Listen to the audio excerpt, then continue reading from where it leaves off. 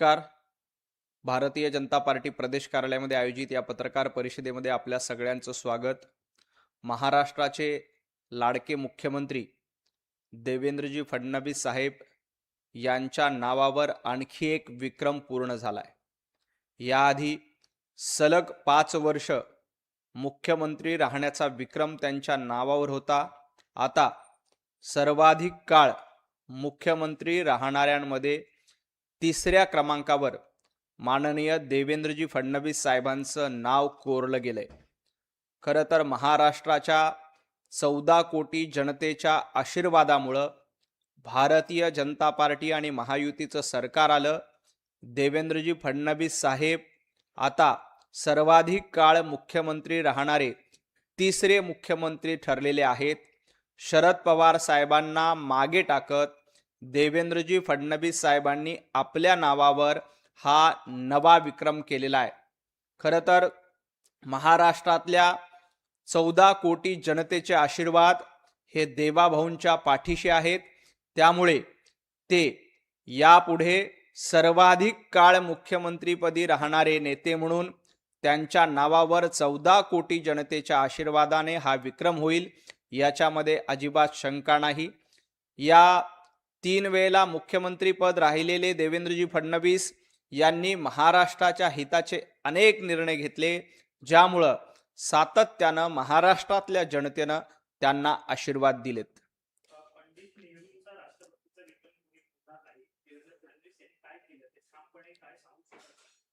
संजय राऊत यांचा राष्ट्रद्रोहाचा विक्रम आणि उद्धवजी ठाकरे यांचा दाढ्या कुरवळण्याचा विक्रम या जगामध्ये कुणीही मोडू शकणार नाही.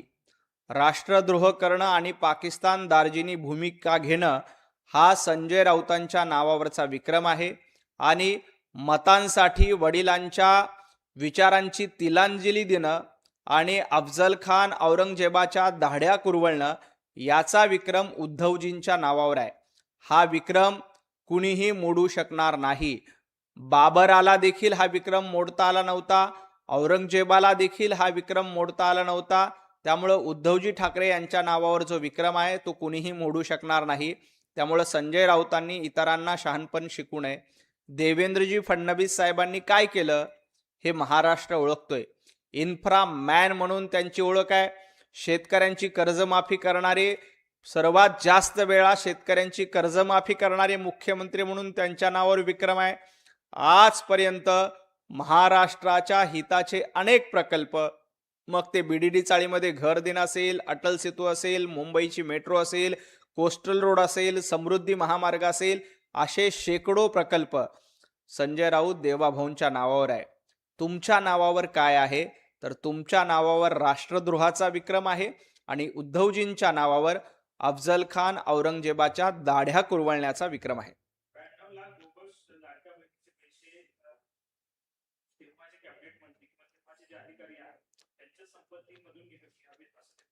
लाडकी बहीण योजना सुरू केल्यानंतर संजय राऊत यांचा पोटशूळ का उठतोय? संजय राऊत लाडक्या बहिणीचे पाप, लाडक्या बहिणीचे शाप तुम्ही घेऊ नका.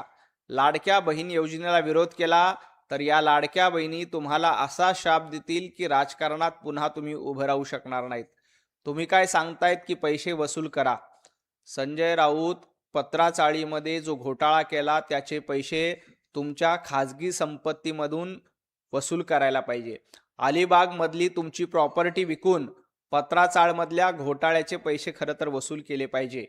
या लाडक्या बहिणीच्या योजनेला सातत्यानं विरोध करण्याचं काम काँग्रेसनं केलंय आणि काँग्रेसच्या पाठोपाठ उभाटा गटाचे संपत राऊत जे आहेत, त्या संपत राऊत यांनी या लाडक्या बहिणीला विरोध केलाय. परंतु एक लक्षात घ्या, लाडकी बहीण योजना बंद पडणार नाही.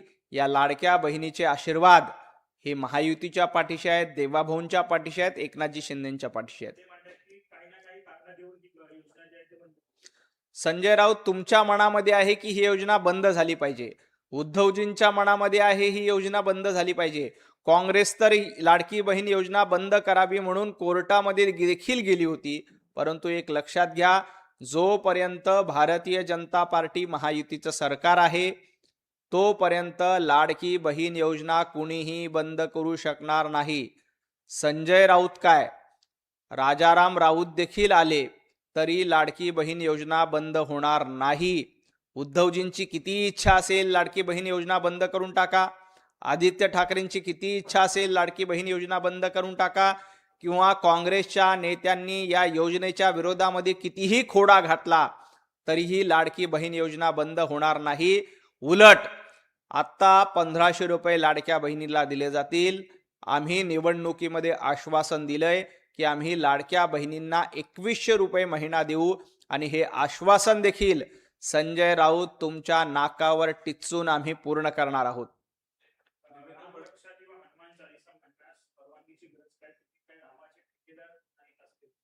संजय राऊत, रामाचे ठेकेदार कोण होते हे महाराष्ट्राने बघितलंय. जेव्हा नवनीत राणा हनुमान चालिसा म्हणण्यासाठी मातोश्रीच्या बाहेर आल्या होत्या तेव्हा तुम्ही त्यांच्या विरोधामध्ये का गुन्हा दाखल केला होता? मग तेव्हा हनुमान चालिसा म्हणण्यासाठी परवानगी घेतली नाही म्हणून तुम्ही त्यांना 8 दिवस तुरुंगात डांबलं होतं. मग तेव्हा तुम्ही धर्माचे ठेकेदार होता का रामाचे ठेकेदार होतात? आज तुमचं हे आंदोलन नाही तर तुमचं नौटंकी आहे. या नौटंकीच्या विरोधात महाराष्ट्रातील जनता आवाज उठवते. तुम्हाला साधी रामरक्षा म्हणता येत नाही. काँग्रेसनी ज्या प्रभू रामचंद्राला विरोध केला त्या काँग्रेसच्या सांगण्यावरनं तुम्ही प्रभू रामचंद्रांच्या प्राणप्रतिष्ठापना सोहळ्यासाठी देखील गेला नव्हतात. आणि उद्धवजी, पुस्तकामध्ये बघून देखील तुम्हाला रामरक्षा म्हणता येत नाही. तुम्ही नमाज पठण स्पर्धा घ्या, तुम्ही अजान पठण स्पर्धा घ्या, कारण तुम्हाला आता नमाज आणि अजान प्रिय आहे, तुम्हाला रामरक्षा प्रिय नाही. पुस्तकात बघून देखील ज्यांना रामरक्षा म्हणता येत नाही त्यांनी प्रभू रामचंद्रांचं नाव घेऊ नये.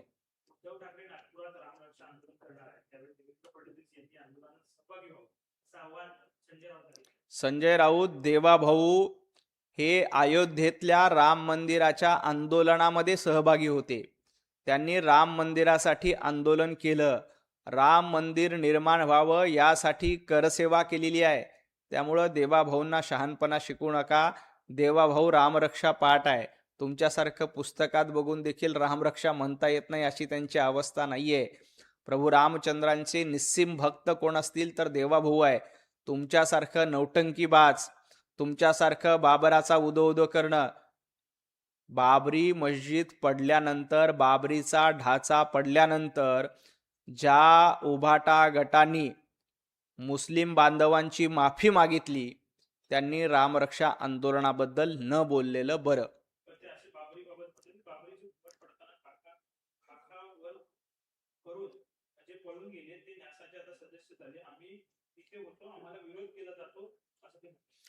बाबरी पाडताना राम भक्तांवर गोळ्या झाडणारे कोण होते? ज्या समाजवादी पार्टीनं प्रभू रामचंद्रांच्या भक्तांवर गोळ्या झाडल्यात, ज्यांचे हात राम भक्तांच्या रक्ताने नाहून निघालेत, अशा समाजवादी पार्टीच्या मांडीला मांडी लावून बसताना संजय राऊत आणि उद्धवजी ठाकरे तुम्हाला लाज वाटली नाही का?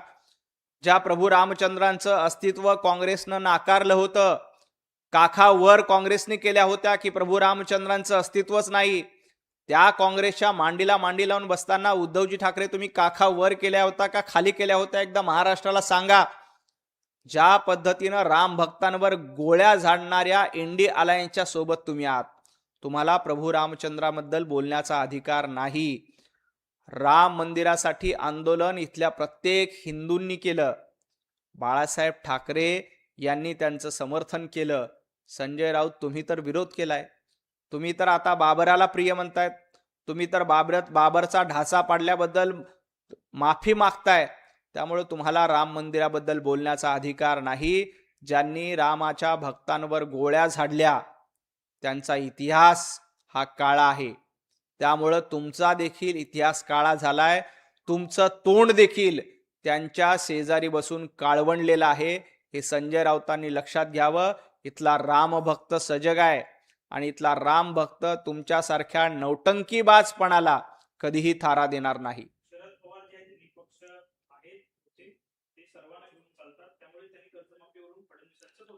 कर्जमाफीवरून शरद पवार साहेबांनी देवेंद्रजी फडणवीस साहेबांचं कौतुक केलंय, कारण 2 लाखापर्यंतची कर्जमाफी देवेंद्रजी फडणवीस यांनी कुठलीही निवडणूक नसताना केली.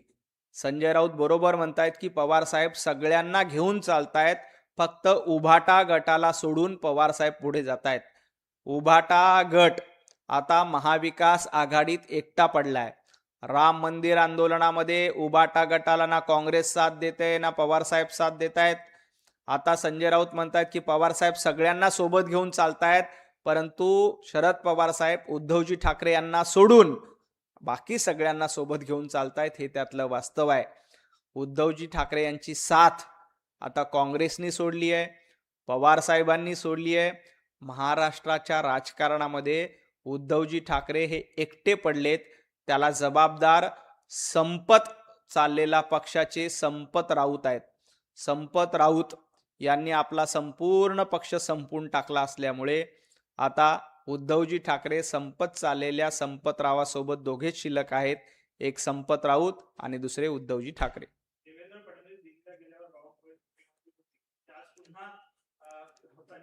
संजय राऊत यांचं महाराष्ट्राच्या मुख्यमंत्री पदाचं भाकीत रोज रोज रोज सुरू आहे.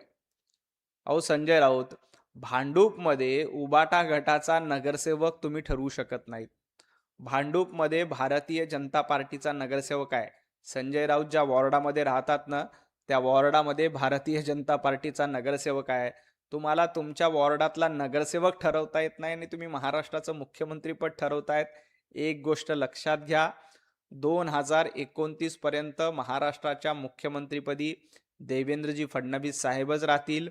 देवाभाऊंच्या नेतृत्वातच आम्ही 2029ची विधानसभा निवडणूक लढू आणि जिंकू. त्यामुळं हे वेगवेगळ्या अफवा पसरवण्याचं काम बंद करा. आपला संपत चाललेला पक्ष संपत राऊत यांनी लक्षात ठेवावा. बाकी काळजी करण्यासाठी भारतीय जनता पार्टी, देवेंद्रजी फडणवीस, आमचे रवींद्रजी चव्हाण साहेब, बावनकुळे साहेब अतिशय समर्थ आणि सक्षम आहेत. देवेंद्र फडणवीस यांच्या कार्यकाळाला शरद पवार यांच्या कार्यकाळानं मार्ग टाकले. आता सर्वाधिक मुख्यमंत्रीचा कार्यकाळ असला दुसऱ्या क्रमांकावर देवेंद्र फडणवीस. एकीकडे आता फडणवीसांची दिल्लीत जाण्याची चर्चा असताना कसं पाहता तुम्ही? देवेंद्रजी फडणवीस यांनी सर्वाधिक मुख्यमंत्री पदाचा 3रा क्रमांक गाठलेला आहे. देवाभाऊ सर्वाधिक काळ मुख्यमंत्री राहणारे महाराष्ट्रातले प्रथम मुख्यमंत्री होतील, हा आमचा विश्वास आहे. महाराष्ट्रातल्या 14 कोटी जनतेचे आशीर्वाद हे देवाभाऊंच्या पाठीशी आहेत. त्यामुळे संजय राऊतांनी कितीही बोंबाबोंब केली, बडबड केली, वायफळ सांगितलं, कारण ते स्वतः संपत राऊत झालेत, त्यामुळे काही फरक पडणार नाहीत. देवाभाऊ हे विक्रमवीर आहेत आणि याही पुढे अत्यंत चांगले विक्रम महाराष्ट्राच्या हितासाठी ते पूर्ण करतील.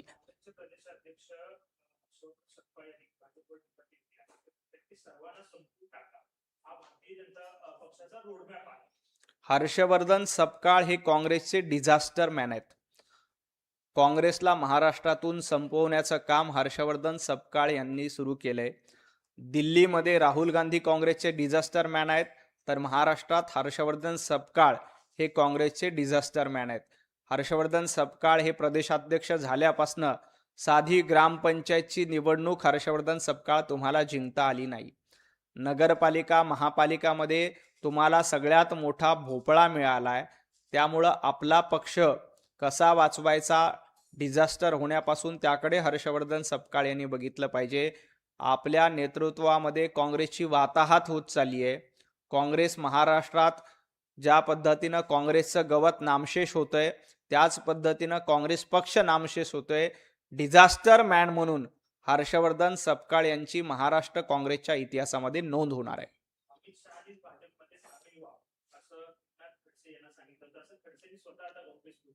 नाही, एकनाथजी खडसे यांचं मी वक्तव्य ऐकलेलं नाही, परंतु एकनाथजी शिंदे यांचा पक्ष स्वतंत्र आहेत, ते एनडीएचे घटक पक्ष आहेत आणि एकनाथजी शिंदे यांच्या नेतृत्वात शिवसेनेचं मार्गक्रमण अतिशय चांगल्या पद्धतीनं सुरू आहे आणि आमचा सहयोगी पक्ष म्हणून एकनाथजी शिंदे यांचा नेतृत्वाचा आम्हाला अभिमान आहे. एकनाथ खडसेंनी काय म्हटलेले मी ऐकलं नाही, परंतु एकनाथ शिंदे यांच्या नेतृत्वाचा आम्हाला अभिमान आहे. त्यांचा पक्ष स्वतंत्र आहे आणि ते एनडीएचे घटक पक्ष आहेत.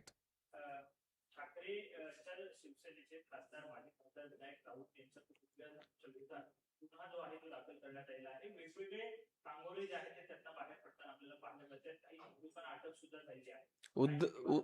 उद्धवजी ठाकरे यांना एवढंच सांगायचंय की तुम्ही रामरक्षा आंदोलन करण्यापेक्षा आपल्या पक्षातील नेत्यांच्या सुनेचं रक्षण करावं. ही पक्षप्रमुख म्हणून तुमची जबाबदारी आहे. तुम्ही रामरक्षा म्हणायला चाललात आणि आपल्याच पक्षातल्या नेत्यांच्या सुनांवर अशा पद्धतीचे अत्याचार होत असतील तर तुम्ही रामरक्षा आंदोलन सोडून सुनांचं रक्षण करण्यासाठी आंदोलन केलं पाहिजे. ती तुमची जबाबदारी आहे. तुम्ही स्वतःला पक्षप्रमुख म्हणून समजता, तुम्ही स्वतःला उबाटा गटाचे कुटुंब प्रमुख म्हणून समजता आणि तुमच्या पक्षामध्ये तुमचे नेते, तुमचे उपनेते असलेले लोक अशा पद्धतीनं महिलांवर अत्याचार करत असतील तर ती अतिशय गंभीर गोष्ट आहे.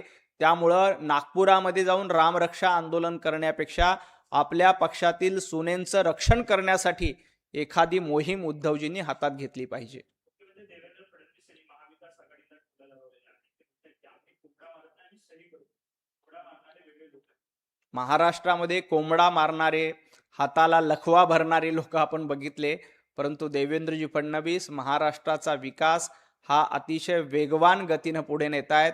अनेक चांगले प्रकल्प मुख्यमंत्री देवेंद्रजी फडणवीस साहेबांच्या स्वाक्षरीने झाले.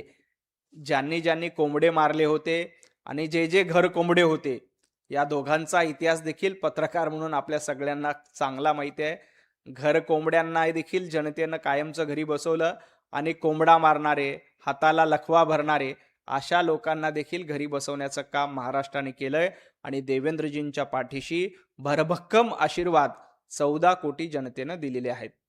राज्यामध्ये रामदास आठवलेला दावा केला आहे की ठाकरे गटाचे 14 ते 15 आमदार पुन्हा फुटणार आहे आणि शिंदेच्या सोबत जाण्याची शक्यता असं की रामदास आठवले. नाही, त्यासाठी भाकीत करण्याची गरज नाही. ज्या पद्धतीनं उद्धवजी ठाकरे यांचं वागणं सुरू आहे, ज्या पद्धतीनं उद्धवजी ठाकरे घरामध्ये बसून राहत आहेत, त्यामुळं येणाऱ्या काळात आमदार, खासदार, नगरसेवक, कार्यकर्ते हे उद्धवजींना सोडून जाणार आहेत. याच्यामध्ये काहीही शंका नाही. यात कुठलंही भाकीत करण्याची गरज नाही. खूप खूप धन्यवाद. तसं एक एक शेवटचा प्रश्न. प्रशांत जगताप म्हणतात की अपघाताला सरकार जबाबदार आहे. वारकरी यांचा मृत्यू झालेला आहे. वारकऱ्यांची माफी मागितली पाहिजे मुख्यमंत्र्यांनी असं ते प्रशांत जगताप. जेजुरीमध्ये अतिशय दुर्दैवी असा अपघात झालाय. त्यामध्ये 3 वारकऱ्यांचा मृत्यू झाल्याची माहिती मिळाली. मुख्यमंत्री देवेंद्रजी फडणवीस साहेबांनी तातडीनं या प्रकरणाची माहिती घेतलेली आहे. स्वतः सुनेत्राताई पवार यांनी देखील या प्रकरणाची माहिती घेतलेली आहे. माहिती अशी आहे की वारीमधलाच ट्रक होता, कुठल्याही बाहेरच्या ट्रकाने तो अपघात झाला नव्हता. वारीमध्ये जो पालखीसोबत सामान साहित्य घेऊन चालणारा ट्रक होता, त्याच ट्रकमुळं हा अपघात झाल्याची माहिती आहे. त्यामुळं अशा पद्धतीचे आरोप करणं अतिशय चुकीचं आहे. तिथं वाहतुकीचं पूर्ण नियंत्रण होतं. तो जो कोणी जबाबदार असेल त्याच्यावर कारवाई केली जाईल. कुणालाही सोडलं जाणार नाही. वारकऱ्यांच्या मृत्यूबद्दल भारतीय जनता पार्टी भावपूर्ण श्रद्धांजली अर्पण करते. त्या कुटुंबांना या दुःखातून सांत्वन मिळावं. लवकर ईश्वरचरणी आम्ही प्रार्थना करतो की या दुःखातून दूर व्हावं. अतिशय दुर्दैवी घटना आहे. खरं तर त्या रस्त्यावर इतर कुठल्याही वाहनांना परवानगी नसते. फक्त वारीमध्ये साहित्य घेऊन जाणाऱ्या ट्रकलाच परवानगी असते आणि दुर्दैवानं त्याच ट्रक भरधाव वेगाने जात होता आणि त्यांनी वारकऱ्यांवर अशा पद्धतीनं अपघात झाला, काळाचा घाला घातला. अतिशय दुर्दैवी घटना आहे. त्यासाठी जो कोणी दोषी असेल त्याच्यावर कारवाई केली जाईल. अशा पद्धतीच्या घटना वारीमध्ये पुन्हा घडू नये यासाठी वारीमधल्या वाहनांना देखील शिस्त लावण्याची गरज आहे. त्यासाठी